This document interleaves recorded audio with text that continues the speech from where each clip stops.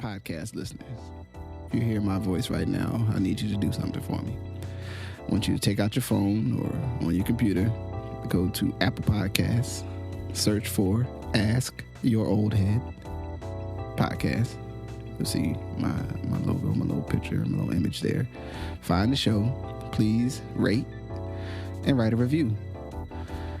It's a small thing, but it helps others find this work and find what I'm doing here. And it really, really matters, as small as that may seem. So if you could please do that before we get into the show, I would much appreciate it. Thank you for listening. Let's get into it. Peace. Peace. This is the Ask Your Oldhead Podcast with Justice Rajee.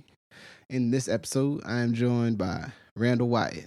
Randal is a music artist, activist, and the new leader of a nonprofit service effort called Taking Ownership.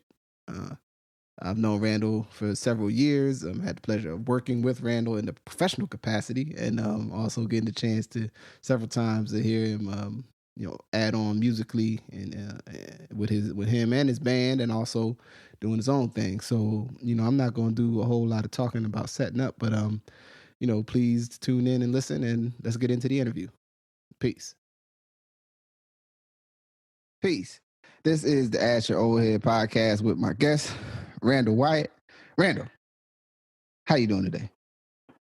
Man, I'm doing real good, man. I just got out of a meeting. I'm going to be a part of something big. Really happy and really excited about what's going to happen with this movement. I'm doing good, man. It's a hot day, though. Day.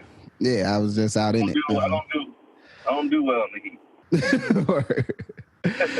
Yeah, well, it's an acquired taste, at least in the Pacific Northwest for sure. But yeah, I mean, word up. But we'll just ease into it so you can get into your day or the rest of your day.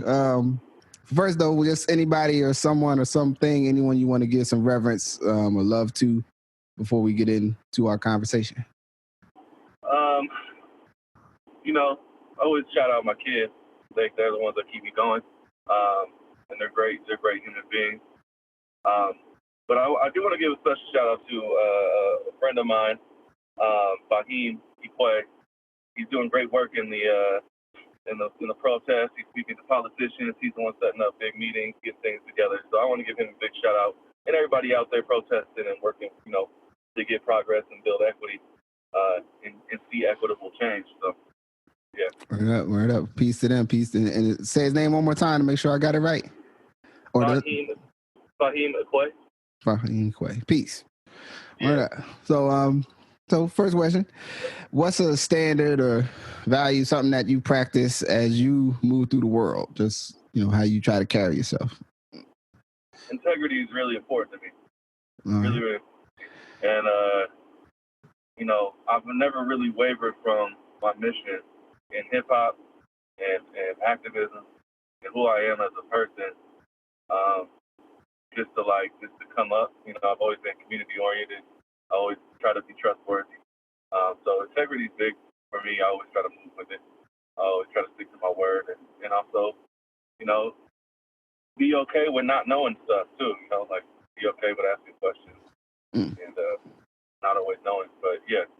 Right. So just with integrity, is there a particular something that helped you to really hold on to that value, or how you got there to understand that you needed to keep that up to par? I don't know. I can't say I was really raised with it. I come from a family that was really just go to work, pay the bills, get it done. I kind of was just naturally a dude that wanted to go outside the box and do things differently. I don't know where I got it. I don't know. It's just I think it's just something that's in my soul, man. To be honest, Indeed. It's just in me. I always felt this way since a little kid. Really, really strong about social issues and about what I needed to do when I get older to try, to live a full life and do something. Yeah. Make a change, man. Make a change. Word. Yeah. Appreciate that. Positive, man. Indeed. So, relationships, broadly defined, what's something that you've learned now at where you're at in life that maybe you didn't know as well when you were a younger man? So the quality of a friendship or a relationship, I should say, isn't based on the length of time you've known somebody. You know what I mean? Like sometimes people try to keep people around because they've been friends since childhood. Right. I grew up born and raised in Portland. Been here my whole life, so I have a lot of friends from elementary school and like that. Well, that's the thing. I don't have a lot of friends from elementary school anymore because I made a realization as I grew up that just because I've known them and they were considered a close friend for 25 years doesn't mean that's who I need in my life now. And they maybe just don't fit. We're just not growing in the same direction, especially the way the social climate is now. Yeah. I got to be careful who I surround myself with. Yeah. Because that energy is important. You know, I'm a little bit in the limelight right now, at least locally, I mean. So that also matters who I'm surrounding myself with. So, yeah, I think that's a big part is because I've also made some great friendships, great relationships with people that I trust and really value, and I've only known them, you know, a couple of years. So. Yeah. Oh, all right. So, of the things that are happening or where you're at in your life right now, what's something what's really important to you, like right now? Really important to me. The Black community, Portland, really important. Right. I grew up in it. I'm in school finishing my degree in Black Studies, well, social science with a minor in Black Studies. So I'm learning a lot about our plight historically and currently, and how it's going to affect us in the future. And I kind of have I have a lot to learn, obviously, but I have a bit of an idea of what is needed to get that ethical change I was talking about. And so it's really important. And we'll talk a little bit about what I'm doing, but that's why I'm doing what I'm doing is trying to help my community get to a place where we can start thriving and get our basic needs met, you know? Yeah. So, I mean, did you open that chamber? And I wanted to fast track us a little bit because I wanted to really talk about it. Tell us or tell me or what's the story with taking ownership? You know, so once after the George Floyd murder, I noticed people were starting. You know, it was like a perfect melting pot or a perfect storm, I should say. With the quarantine and everything, so people now are sitting around, they have time on their hands to do research and want to really know and talk and get to know Black people and why we're so angry. And so I used my platform to educate primarily white people on how to be allies. And through that, one thing I talked about was systemic oppression and how property taxes, property values, and redlining and ownership, period, plays a big role in our oppression. Exclusionary laws, not being on their own property in certain areas, you know. So I talked about why don't we revive the Black community, repair homes, renovate homes, and make sure that people can keep their homes and build sweat equity, build property value. And people thought it was a great idea. Initially, it was more of how many volunteers can we get and how many resources can we get donated, and we'll use. But then money started coming in. So we started raising a lot of money, and I was like, okay, so now, you know, and then I was like, okay, this could be an actual organization. We could actually do something. I guess there wasn't really anybody doing this work, so or at least not as quickly, and the money wasn't going directly to the families. Yeah. You know, once you deal with some of the bigger organizations, there's a lot of loopholes and things they got to go through. But so that's how it started. It really just was organic. I tell people it kind of chose me. You know, I don't have a history in construction or anything like that. I used to be an appliance delivery guy. That's about it.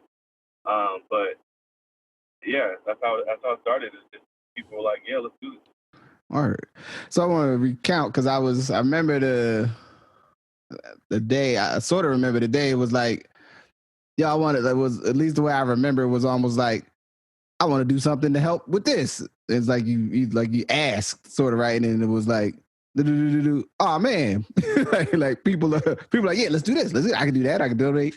Was there? Were you surprised, like, of the response when you started, like, once you put the call out, to kind of work on something, like how it came back to you, or how fast? Very surprised. I mean, I put up the first home. I was like, hey, I told y'all it was a plan. Like, here's the first home we can work on. I've got somebody that can use some work. There's a lot of legal things that I wasn't clear, that I wasn't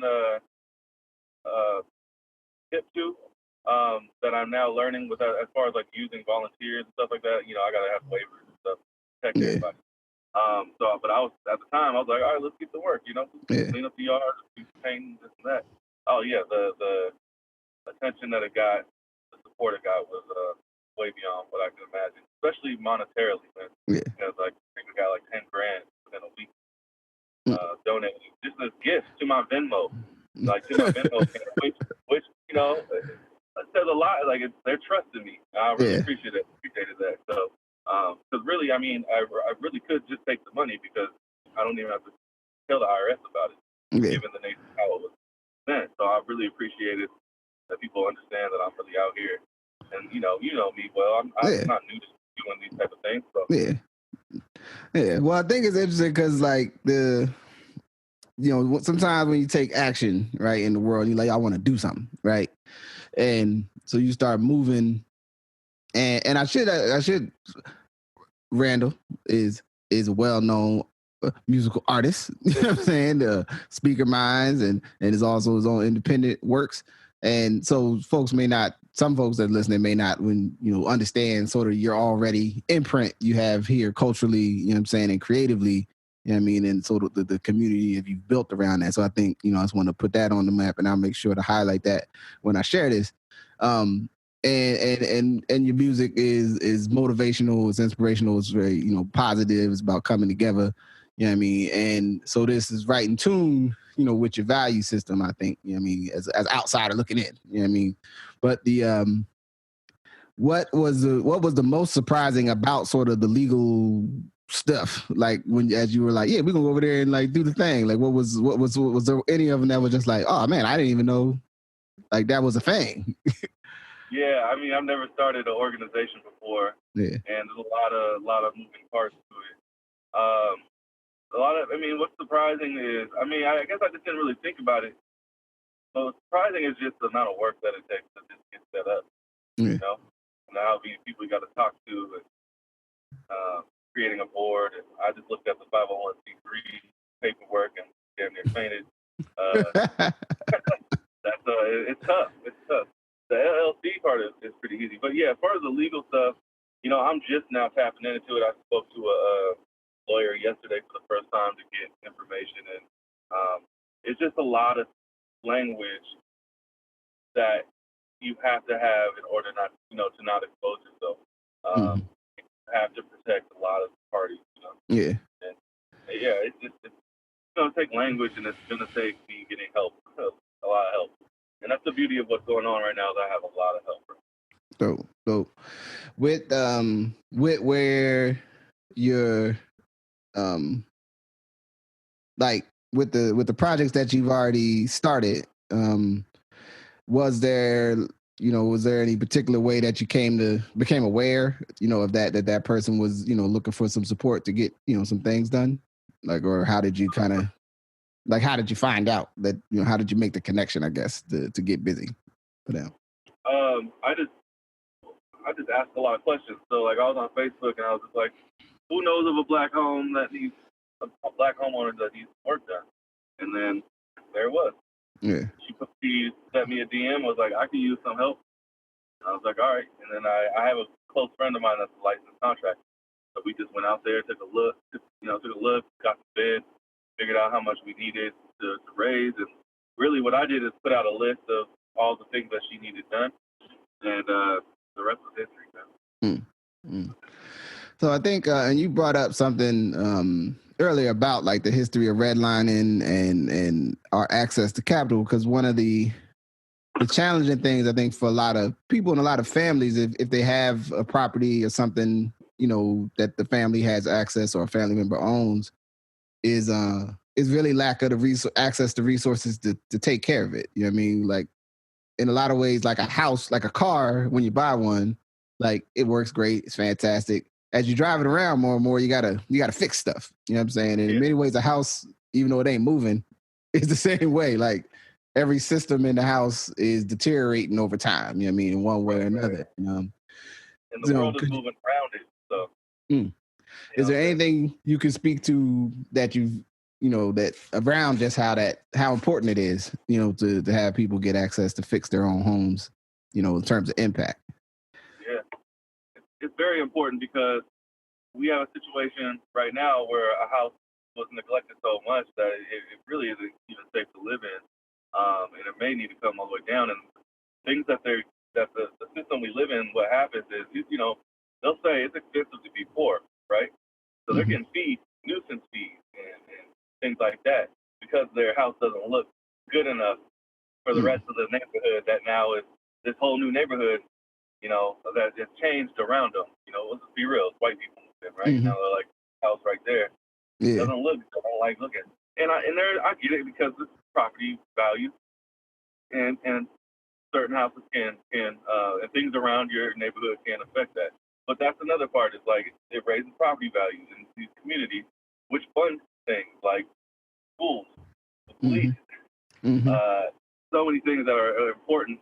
They fund a lot of resources, and then build equity for the family, so they have something to pass down, property to pass down. So it's really helping them. It's an equitable service that's helping them keep their homes in a lot of ways. Because it's going to get rid of those fines. But also the hard part to navigate, and that's why I have a lot of realtors involved and architects and things like that, is once you start pulling permits, you raise the property tax. So now that's one of the things that we have to navigate. Right. There's no predatory stuff going on, and the advocacy portion is so important. Right. Because you could in helping someone get things, really, hopefully where they should be, right? They could be in a situation where, like, oh, now we're going to give you this big bill because your house is worth more now. Right. So, it's a cold game. It's a cold game. Man. You're right. Man. Yeah. So, all right. So, we got to what would be just in terms of if folks want to get involved, want to get connected to what you're doing, where should I direct them or point them, or what would be the right way to go? I'll say Taking Ownership PDX.com. They can go there. It's a work in progress. One thing, a disclaimer I want to put out there is that this is brand new. It's a little over a month old. It happened kind of organically, but we didn't plan for it. So we're kind of catching up with everything, and there's a lot of people. I mean, like, we got over almost 200 volunteers signed up. We've raised $27,000 a month through about almost 400 donors. So this thing took off, and so I'm playing catch up, and I'm learning as I'm going, and there's a lot of people that want to come in and help, and coordinating help is a job in itself. Yeah. Yeah. Absolutely. So that's a lot of work. I'm getting a lot of messages. I'm just trying to navigate this. Sorry, I keep looking around. I'm sitting in my car and no, you good. But yeah, go to the website. So the website's ever evolving. We just put up a referral form so you can send. If you know of a Black homeowner or business owner that needs repairs, you can go there. Volunteer form, sign up there. I'm not 100% sure how we're going to use volunteers yet. I'm thinking more like the easier work, like that. They're not going to be up on ladders and stuff like that. We don't want to risk all that. So, they're going to be doing demo jobs and yard work and cleanup stuff. And you can donate money there, and you can just learn about the program. So yeah, that'd be the spot to go. Dope. So because of trying to get you in, in between things, I'm a hold and ask if I could get you back on in the future so we could get into music. You know what I'm saying? I don't want to give you music short thrift, you know what I'm saying, in the time we got today. But is there any projects or anything that you want to point people to that I make sure I had that in this one, you know what I'm saying, while we talking? I mean, I don't have any. I was in the middle of creating an album, and then when this happened, I kind of put that on the back burner. So I do have pretty much an album ready that I gotta I gotta do mixing, mastering, and tighten up the thing. Maybe add a couple songs, but really, that, like I said, that's on the back burner for now as I build this organization. But I have a lot of music out there already. You can just look up Randal Wyatt on any online platform that you use for music. Same with Speaker Mind, and you can hear all the music we put out already, and I have quite a bit. So I've been doing this a long time. Yeah, I know.